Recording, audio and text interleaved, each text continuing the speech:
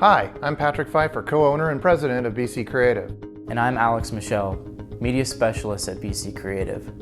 Whenever I attend any webinars, I'm always looking for those little golden nuggets of information that we can use to help our business. So with event planners in mind, we've put together this webinar series on digital marketing and web techniques to help you understand some key components in the new digital age. In this series, we will be exploring responsive websites, content management systems, Facebook advertising, SEO secrets for event planners, and implementing an effective newsletter strategy. We'd like to thank Meeting Jobs for hosting this webinar series, and we hope you can find some golden nuggets that you can use for your event planning company. So thanks for joining us. We've set aside some time at the end of the presentation to answer all your questions. Please chat your questions throughout the webinar, and we'll get to as many as we can at the end. This entire webinar is less than 30 minutes. So stick around, because at the end of each webinar in this series, we're going to give away a $25 iTunes gift card. We hope you enjoy our webinar series.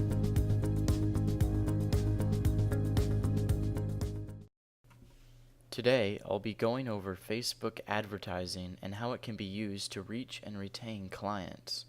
Some think that it's too hard to determine your return on investment from social media, and this is usually because they haven't correctly measured their investment and results. I always hear, what's the value of a like on Facebook? And the answer to this is no value unless that like converts into a lead and hopefully a sale.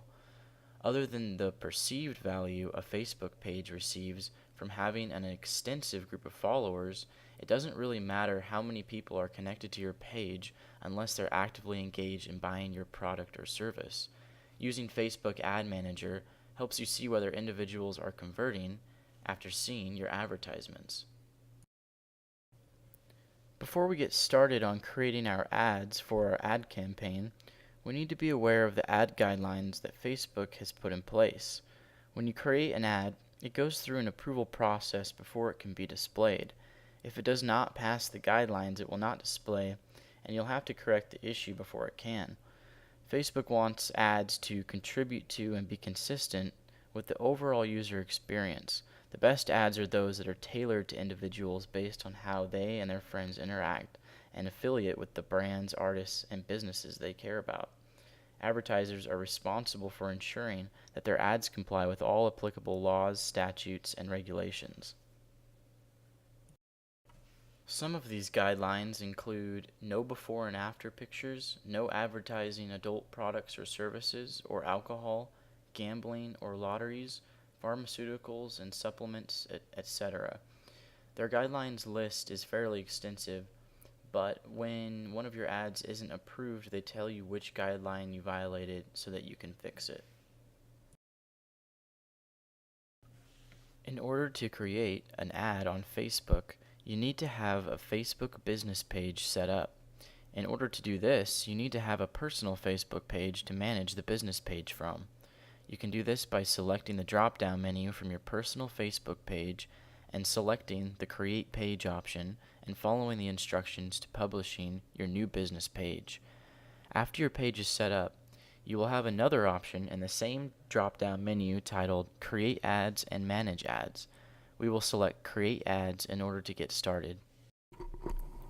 Before you start creating your ads, you need to choose a goal that you want to achieve. There are 8 goals you can choose depending on the action you want viewers to take. The Clicks to Website option allows you to redirect someone who clicks on your ad to a landing page or a page on your website outside of Facebook.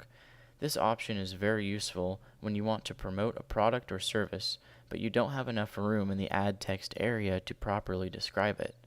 The Website Conversion option allows you to track when an individual who saw your ad performed a specific action while on your website, such as filling out a contact form.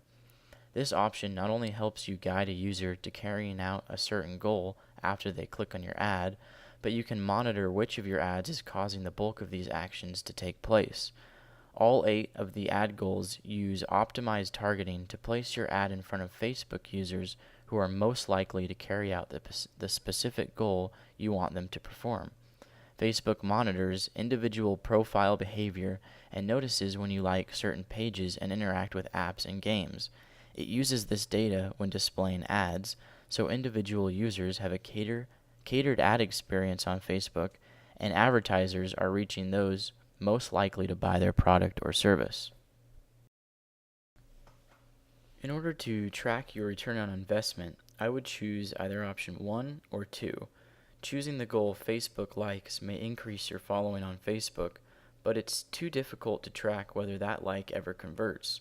Option 1 and 2 allow you to immediately see whether your ad is causing actions that lead to sales. For now, I'll select option 1 for clicks to website. When you select this option, you'll have to enter the web address of the page or website that you want people to land on when they click on your ad. It's important that this page be something that is consistent with your ad's offer or promotion, so that those who do click on your ad won't be expecting something different. After entering the web address, you need to upload the image that will be the main focal point of your ad. You're allowed to upload up to 6 images that will be displayed optimally based on their individual click-through rates. For example, if ad 1 is shown 5 times and clicked on once, and ad 2 is shown 3 times and clicked on twice, ad 2 will be displayed more often because its click-through rate is higher. In order to fit the ad space properly and look good in Facebook news feeds, make sure your photos are 1200 by 628 pixels. You can either upload your own photos or use stock images that are provided by Facebook, which are already formatted to the correct height and width. After you've chosen the images that will display for your ads, it's time to choose the call to action phrase or hook that will encourage people to click on your ad. In this first box, make sure to select the correct business page that you will be running ads for. This area is here for those who manage multiple Facebook business pages. The text area is where you will put the phrase that will be positioned above your photo. This area is limited to 90 characters, so you want to make sure to sum up your message in a quick and simple sentence or two. The next area is the header, where you're limited even more to 25 characters. This spot is great for a tagline. If you want, you can also leave this space blank. To the right, you can preview all of the ad images as if they were in your Facebook news feed on a computer. You can also see what they will look like when they are displayed within Facebook mobile news feed, as well as the right column sidebar area. You also have the option to decide whether you want your ad to display in mobile newsfeed or right column positioning. All you have to do is click remove, and they will not display in those locations. The text you choose is applied to all ads, so you need to make sure that you don't say anything in the text that is specific to just one of your ad pictures. Next is the call to action area, where you can add a CTA button to your ad, which will be shown on the bottom right corner. They have several options depending on what it is that you might be offering. Next, in the Show Advanced Options area, Facebook allows you more room for text if you need more room for your message. This area can be used to mention smaller sub-ads or if you'd like to add extra call to actions. In the next area of the Ads Campaign Manager, we'll choose the specific demographic of people that we want our ads displayed for. First, we'll choose a location, and notice that the gauge on the right adjusts every time I make a change to the demographic parameters. You can choose an entire country or just enter a zip code. And then you can decide the radius around the area where you'd like your ads to show. Below that, you can choose the age range of the demographic as well. After you choose your gender demographic, you can select the language of your intended demographic as well, and choose from the drop-down list titled More Demographics, where you can select anything from political party to education level. If you want to drill down even further, you can also target based on interests, behaviors, and categories. As you make more selections and add conditions, your audience size or potential reach will decrease. If you become too specific, your potential reach may decrease below an acceptable audience size, and you won't be able to run your ad campaign. It is important, however, to choose a defined target so that your ads are being displayed to those most likely to be interested in your ad. Otherwise, you're just wasting your investment. Lastly, we'll choose our ad campaign budget. First, choose your ad set name, in case you create a different ad campaign with a separate demographic. Select your per day budget and then select a start and end date for the campaign, or set it as continuous. If you set it as continuous, you'll have to turn it off later manually. While you may set a budget of $5 a day, you may not even spend your daily set budget. This budget is just a cap, and you won't spend any more than what you set as your daily budget. When you've completed all the parts, click Place Order, and you will then have to enter some payment information on the next page. You will also have to wait a few minutes until your ads are approved. After you've created your ad campaign, you'll want to return to your drop-down menu on your Facebook business page and select the Manage Ads option. This will take you to the dashboard area where you can monitor the progress of your ads. If you have just created your ad campaign, your ads may still be pending approval. As you can see below, ads that are displaying are shown with a green light, and ads that are not displaying have a gray light, and unapproved ads will show a red light. When you click on an ad set, we're taken to the ads that are within each ad set. This area can have up to 6 ads that you can monitor, just like the 6 ads we created earlier. By monitoring your ads regularly, you can tell which ones are more popular than others by their click-through rate and display frequency. At any time, you can edit all the attributes of your ad, including the photo, the target demographic, and your budget. Because Facebook optimizes your ads to display to those who will help you complete your ad goal, it also optimizes your display so you get the most out of your money. They do this by making your ads cost per 1,000 impressions, or CPM, instead of cost per click. That way, you're getting charged for 1,000 impressions that may include a lot more than one click, whereas you'd be paying for each click with cost per click pricing.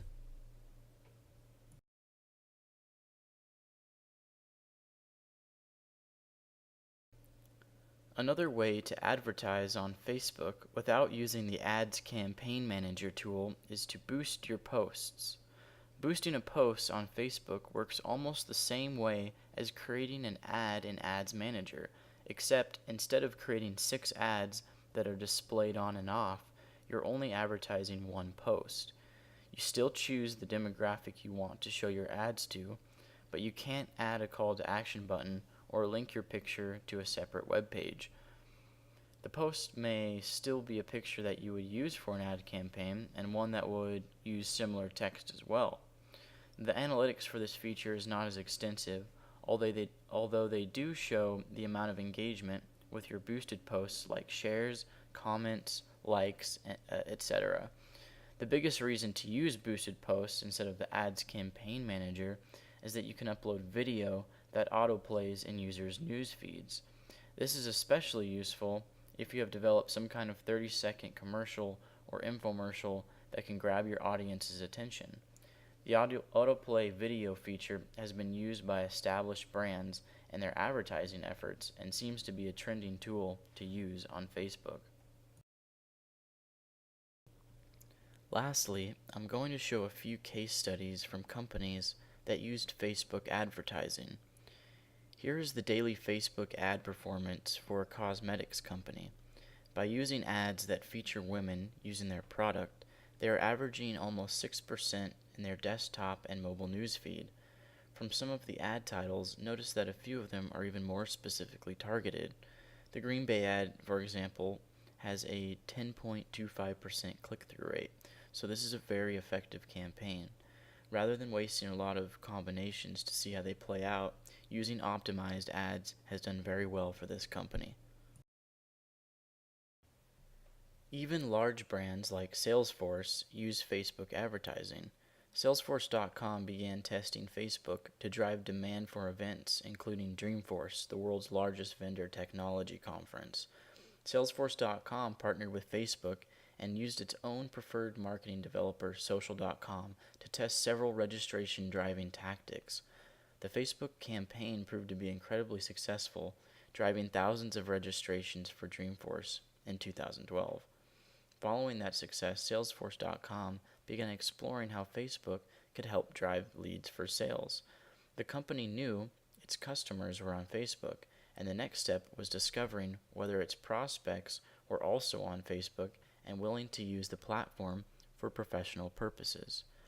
So whether you're a meeting planner or another industry professional, using Facebook ads as a channel to reach potential clients could be very useful. By researching your target market and using the correct targeting methods, you can reach an audience that will be interested in your service. There are hundreds of resources like books, webinars, podcasts, articles, and blogs that can help you get started with Facebook advertising today. Thanks for watching our webinar. Check meetingjobs.com to see dates for our upcoming webinars and what we will be talking about in each one. We'd like to thank Meeting Jobs again for hosting this series and look forward to the next one. If you would like to contact us, please visit us at www.bc-creative.com/meetingjobs. Mention this webinar series, and we will be happy to evaluate your website, give you a free consultation, and provide you with some great tips and tricks. Questions are now open for about 5 minutes or so. At the end, we'll announce the winner of the iTunes gift card. Enter live chat now, and we'll answer as many questions as we can. Again, thanks for attending the webinar.